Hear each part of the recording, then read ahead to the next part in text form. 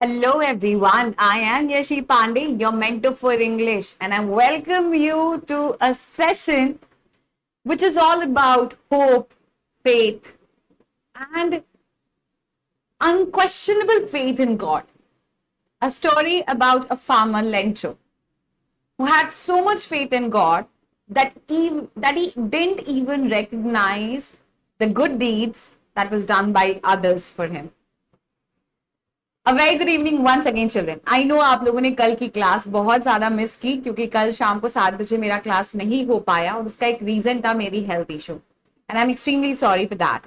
But आज की class में मैं उसे कॉम्पेंसेट करूंगी। क्लास 10 में एक बहुत ही प्यारा सा पैसेज है and that is a letter to God. ये बहुत सारे तरीकों से आपसे और मुझसे रिलेटेड है। हम सबके लाइफ में कभी ना कभी एक ऐसा इंसिडेंट होता है जब हमें लगता है कि या तो हम गॉड पे बहुत ज्यादा ट्रस्ट करते हैं और या फिर अगर हमारा ट्रस्ट उन पर होता है तो हम आस पास में भी हो रही अच्छी चीजों को नजरअंदाज कर देते हैं। लेटर टू गॉड एक ऐसा ही पैसेज है। ये पैसेज एक फार्मर के बारे में, एक ऐसा फार्मर जिसका फील्ड जो है वो बिल्कुल बर्बाद हो जाता है स्टॉर्म की वजह से। अब उसे ऐसा लगता है कि भगवान ही इकलौते हैं जो उसकी मदद कर सकते हैं। वो भगवान को एक चिट्ठी लिखता है और वो चिट्ठी किसी और के भी हाथ में पहुंचती है। Now this is what this passage is all about. I'm sure आप सब लोग आज का पैसेज बहुत एंजॉय करोगे। सबसे पहले कुछ सवाल भी हैं जो इस पैसेज में मैं आपके साथ कन्वे करूंगी, बट उससे पहले I'll just clarify this that this letter to God is part 1. इसका पार्ट 2 आप लोग मेरे साथ कल कंप्लीट करोगे with certain question answers and also some homework section. A letter to God is written by G.L. Fuentes. And he says faith is like a Wi-Fi. Faith एक wifi जैसा है. It is invisible. वो दिखता नहीं है. But it has the power to connect you to what you need. लेकिन उसके पास एक ऐसी पावर है जो उसे उस चीज से कनेक्ट करती है जो तुम्हें चाहिए.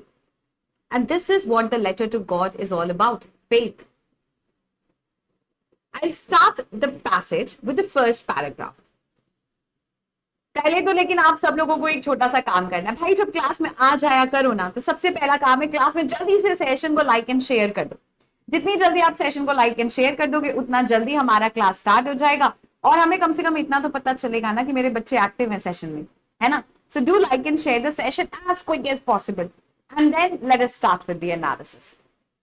The house, the one in the entire valley. एक हाउस था जो पूरे वैली में sat on the crest of a low hill. Valley में एक घर था जो माउंटेन के सबसे चोटी पर था। क्रेस्ट का मतलब होता है on the top of the hill. Crest is the top of the low hill, यानी वो पहाड़ बहुत ज्यादा ऊंचा भी नहीं था लेकिन उसकी सबसे बड़ी चोटी पर एक घर था। फिर क्या हुआ? From this height one could see the river and a field of ripe corn dotted with the flowers that always promised a good harvest. और वहां से एक बंदा खड़े होकर अपनी फील्ड देख रहा है। वो फील्ड किसकी है? आपको स्टोरी समझ में आ गई। वो फील्ड देख रहा है जिसमें राइप कॉर्न के डॉटेड सीड्स डाले हुए हैं और उनमें फ्लावर्स आ गए हैं और देखने से ऐसा लग रहा है कि इस साल का हार्वेस्ट बहुत अच्छा होने वाला है। द ओनली थिंग, बस एक कमी है। The only thing the earth needed was a downpour or at least a shower. बस इकलौती चीज अब बची है। सब अच्छा है इस फील्ड में, सिर्फ एक बारिश की मतलब बारिश का शावर या एक डाउनपोर, एक अच्छा रेनफॉल चाहिए। Throughout the morning, dotted मतलब it was full of ripe corn, and दूसरा डाउनपोर मतलब it required heavy rain. Throughout the morning, Lencho, who knew his fields intimately, पूरे के पूरे दिन लेंचो जो अपनी फील्ड्स को बहुत इंटीमेटली, इंटीमेट मतलब क्या होता है? इंटीमेट मतलब होता है क्लोज, आराम से, मतलब कहते हैं ना बहुत बहुत नजदीकी से किसी चीज को जानने को हम कहते हैं इंटीमेटली। आप लोगों ने इसीलिए सुना होगा कई बार कहा जाता है कि इंटीमेट बॉडी पार्ट्स होते हैं जिन बॉडी पार्ट्स को आप सबको डिस्प्ले नहीं कर सकते। बिल्कुल वैसे ही ये क्या रखते हैं, हम इन्हें हिडन रखते हैं या फिर क्लोज रखते हैं। बिल्कुल उसी तरीके से जैसे यहां पर लेंचो अपनी फील्ड को इंटीमेटली जानता था, बहुत क्लोजली जानता था।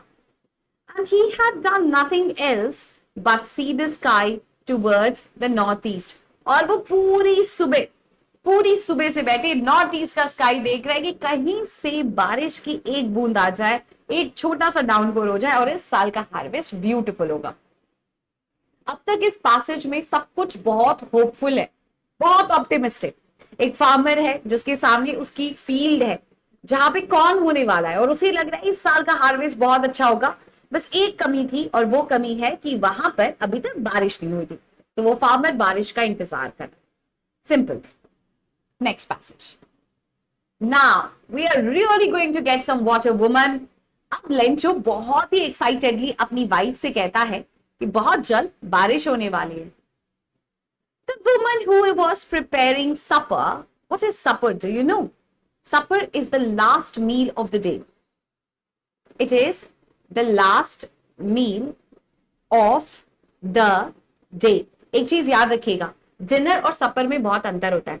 Most of the time dinner is treated as the food that we take at night, जैसे दाल चावल रोटी सब्जी, सब्जी रोटी कुछ भी। बट अगर उसके बाद आपने एक एप्पल भी खा लिया तो वह एप्पल तुम्हारा सपर कहलाएगा। अगर उसके बाद आपने एक बोल ऑफ खीर खा ली, वो खीर आपका सपर है। The last meal of the day is a supper. Now this woman was preparing supper and she replied yes God willing. वो कहती है कि हाँ, अगर भगवान चाहेंगे तो बारिश भी होगी। देखो, एक तरफ एक फार्मर है जो बहुत ऑप्टिमिस्टिक है कि बारिश होने वाली है, दूसरी तरफ उसकी वाइफ कहती है कि हाँ, अगर भगवान चाहेंगे तो क्यों नहीं होगी बारिश। जो ओल्डर बॉयज थे they were working in the field, वो लोग फील्ड में काम कर रहे थे, while the smaller ones were playing near the house। और जो छोटे वाले बच्चे थे वो लोग घर के आसपास कहीं खेल रहे थे। Until the women called them to all come for dinner। और तभी women ने सबको आवाज लगाई, बड़े बच्चों को भी और छोटे बच्चों को भी। Now come, let's eat, like it's time for dinner। So she invited everyone for dinner। It was during the meal, वो तो खाते खाते ऐसा हुआ, just as Lencho had predicted। मगर खाना खाते खाते ही जैसा लेंचो ने कहा था वही हो रहा है। लेंचो का प्रेडिक्शन का मतलब होता है प्रोफेसी, जिसको इंग्लिश में हम कहते हैं फोरकास्ट। मतलब पहले से ही लेंचो ने फोरकास्ट कर दिया था कि बिग ड्रॉप्स ऑफ रेन होंगे, and yes that happened. Big drops of rain began to fall, और तभी बारिश की बूंदें पड़ने लगती हैं। इन द नॉर्थ ईस्ट, अगर नॉर्थ ईस्ट में देखा जाए तो huge mountains of clouds could be seen approaching. बड़े बड़े माउंटेन ऑफ क्लाउड्स दिखते आते वक्त दिखने लगे। The air was fresh and sweet, air में बहुत अच्छी सी स्मेल आती है, जैसे बारिश के वक्त होता है ना, कहते हैं हिंदी में सौंधी सौंधी मीठी खुशबू होती है सैंड की, सॉइल की, वैसी फ्रेश एयर आ रही थी। The man went out for no other reason. Lencho अपने घर से बाहर निकलता है than to have a pleasure of feeling the rain on his body। और वो बाहर निकलकर अपनी बॉडी पे रेन फील कर रहा है, क्योंकि आखिर उसने जो बोला वो हो रहा है। And when he returned, he exclaimed। और फिर जब बारिश की बूंदें उसकी बॉडी पे चलती है तो खुशी दिखाते हुए वो अंदर जाता है। And when he returned, उसने एक्सक्लेम किया। एक्सक्लेम मतलब उसने स्टेट किया, कहा, क्या बोला? These are not raindrops falling from the sky, they are new coins। उसने रेनड्रॉप्स को क्या बोला? उसने रेनड्रॉप्स को कहा these were the new coins, मतलब ये वो रेनड्रॉप्स है जिनकी वजह से उसके फील्ड में हार्वेस्ट अच्छा होगा और उसे बहुत सारे पैसे कमाने को मिलेंगे। ये कहना किसका है? लेंचो का। जब वो खुशी खुशी अपने घर वापस जाता है, आखिर वो जो चाहता था वो हो रहा है। The big drops are 10 cent pieces and the little ones are 5। वो कहता है कि जो बड़े रेन ड्रॉप्स हैं वो 10 सेंट है, मतलब वो और पैसा देंगे, और जो छोटे ड्रॉप्स हैं वो 5 सेंट है। With a satisfied expression, he was very satisfied। Rain हो गया, उसकी फील्ड अब ऑलरेडी सो थी, अब उसकी फील्ड को वाटर भी मिल चुका है। He had a very satisfied expression। He regarded the field of ripe corn with its flowers draped in a curtain of rain। और वो एक्सप्लेन कैसे कर रहा है कि जो उसकी फील्ड है जिसमें राइप कॉर्न है, उसमें फ्लावर्स जो है, ripe corn with its flowers जो है, it is draped in a curtain of rain, यानी कि अब उस पर बारिश की कर्टन लग रही है। यानी उसकी फील्ड बिल्कुल जैसा वो चाहता था वैसे ही राइप होने के कगार पे हो रही है। बिल्कुल प्रॉपर हार्वेस्टिंग जिसे कहा जाता है। देखो, अभी तक सेशन में कुछ भी नेगेटिव नहीं आया था। See how things were so good in his life, very optimistic, बहुत होपफुल है वो, बहुत सैंग्विन। आशावादी है अभी तक लेकर। With a satisfied expression, he regarded the field of ripe corns with its flowers draped in a curtain of rain. ये बार बार मैंने इसलिए लिखा है क्योंकि मैं आपसे इससे रिलेटेड कुछ क्वेश्चंस पूछूंगी। याद रखिएगा, रिगार्डेड का मतलब होता है इंग्लिश में किसी चीज को कंसिडर करना। He considered or think of something in a very specified way. Draped का मतलब होता है अगर आपने जैसे you drape a sari, you wrap a sari around your body. Hailstone ये क्या होते हैं? A pellet of hail. लेकिन अचानक से तेज बारिश होगी। Resemble same. You resemble like your mother. That means आप और आपकी मम्मा एकदम एक जैसे लगते हो। एक्सपोज करना यानी किसी चीज को रिवील करना। What happens next? अब तक सब अच्छा था, बट आना ही किसी सेंटेंस को नेगेटिव बना देता है। But suddenly a strong wind began to blow and along with the rain very large hailstones began to fall. अब वो विंड अचानक से तेज हो गया और जो रेन ड्रॉप्स थे अभी तक बड़े और छोटे रेन ड्रॉप्स वो हेलस्टोन्स में बदल गए, बारिश के छोटे छोटे ओलों में बदल गए। These truly did resembles new silver coins. अब तो सच में ये सिल्वर कॉइन्स लग रहे थे क्योंकि they were white in color. ओला ओला जैसे बर्फ का गोला नहीं गिरता है छोटा छोटा, अब तो लग रहा था कि ये तो सच में सिल्वर कॉइन्स है। ऐसा ही लेंचो को महसूस हुआ। These truly resembled, they looked like silver coins. The boys exposing themselves to the rain ran out to collect the frozen pearls. बच्चे तो खेल रहे थे, उनके लिए तो वो बारिश थी, वो वहां से फ्रोजन स्टोन्स को कलेक्ट करने चले गए। लेकिन लेंचो को कुछ अजीब लगा। For Lencho this was not the right thing to happen. हुआ क्या? It is really getting bad now. Lencho कहता है ये तो बहुत ज्यादा हो रहा है। Exclaimed the man, I hope it passes quickly. Lencho कहता है भगवान करे ये जितनी जल्दी हो सके उतनी जल्दी बीत जाए।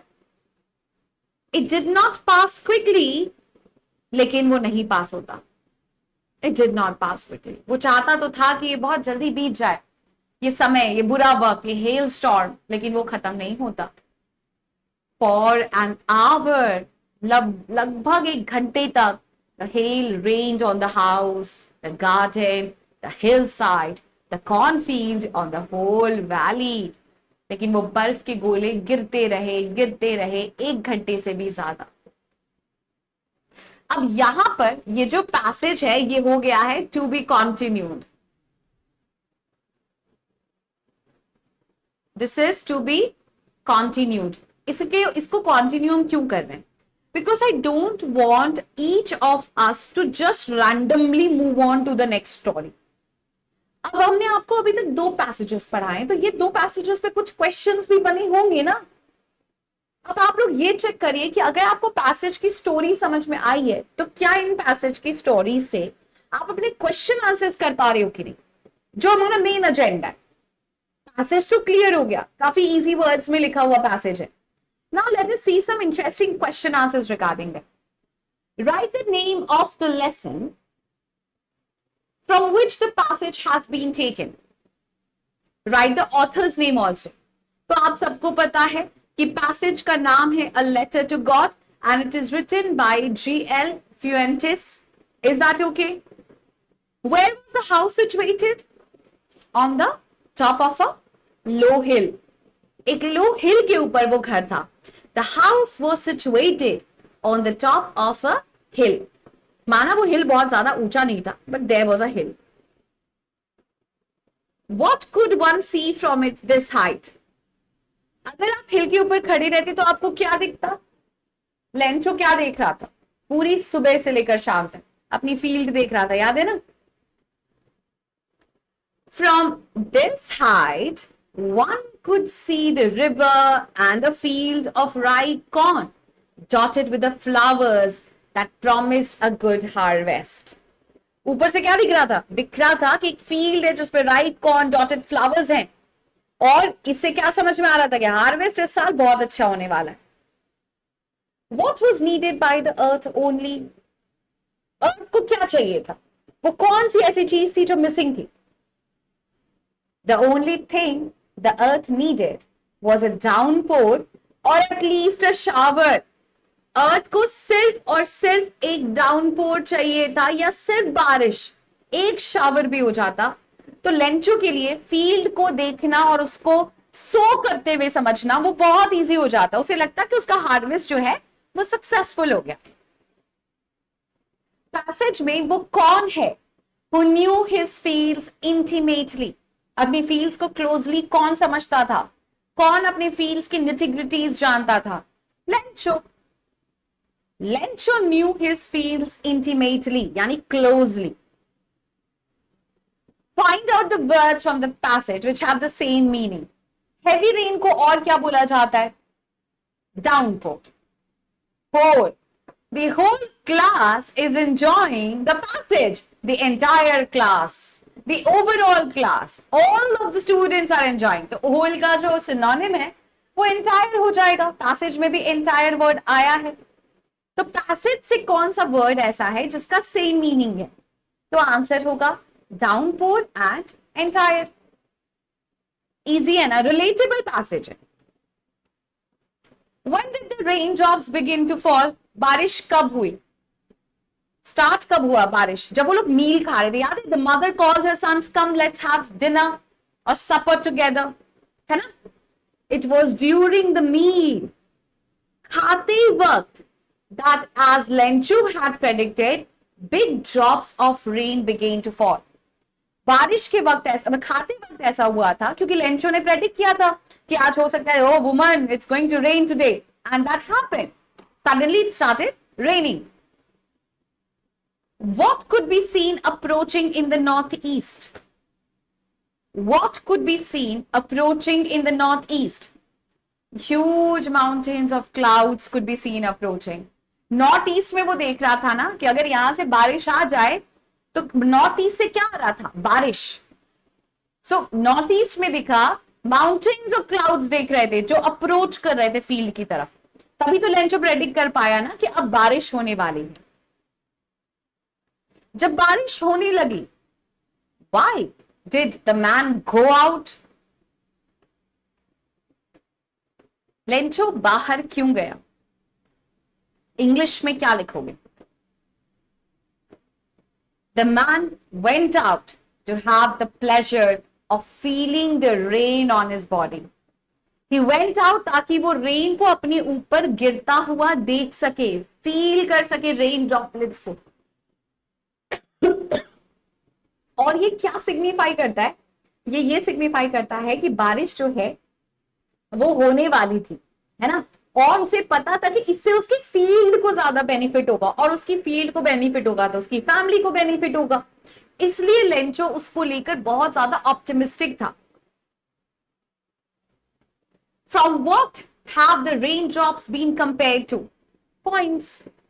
Cents. C-E-N-T-S. The big drops of the rains were compared to new coins. Big drops were 10 cents.